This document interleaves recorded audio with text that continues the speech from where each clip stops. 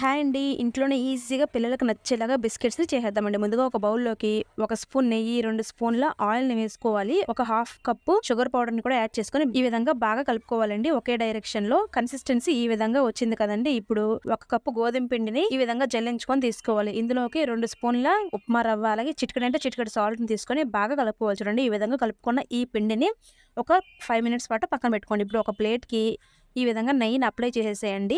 ఇప్పుడు మనం కలిపి పెట్టుకున్న ఈ పిండిని ఈ విధంగా చిన్న చిన్న బాల్స్ లాగా చేసుకొని, బిస్కెట్స్ లాగా ప్రిపేర్ చేసుకొని ఆ ప్లేట్‌లో పెట్టుకోవాలి. అన్ని బిస్కెట్స్‌ని కూడా ఈ విధంగా ప్రిపేర్ చేసిన తర్వాత, నేనైతే వాటర్ మెలన్ సీడ్స్‌ని పెట్టుకున్నానండి. ఇప్పుడు ముందుగా మనం ప్రీహీట్ చేసుకున్న ఈ కడాయిలోకి ఈ ప్లేట్ పెట్టేసి, ఒక 20 నిమిషాల పాటు లో ఫ్లేమ్‌లోనే బేక్ చేసుకోవాలండి. లేదంటే బిస్కెట్స్ మాడిపోతాయి. ఒక 20 నిమిషాల తర్వాత మూత తీసి చూడండి. యమ్మీ యమ్మీ సూపర్ టేస్టీగా ఉండే బిస్కెట్స్ రెడీ అయిపోయాయి. పిల్లలకైతే చాలా బాగా నచ్చుతాయండి బిస్కెట్స్. సో, తప్పకుండా మీరు కూడా ట్రై చేసి ఎలా వచ్చిందో కామెంట్ చేయడం మర్చిపోకండి. అలా వెళ్తూ ఒక లైక్ చేసి మా ఛానెల్ సబ్స్క్రైబ్ చేయండి.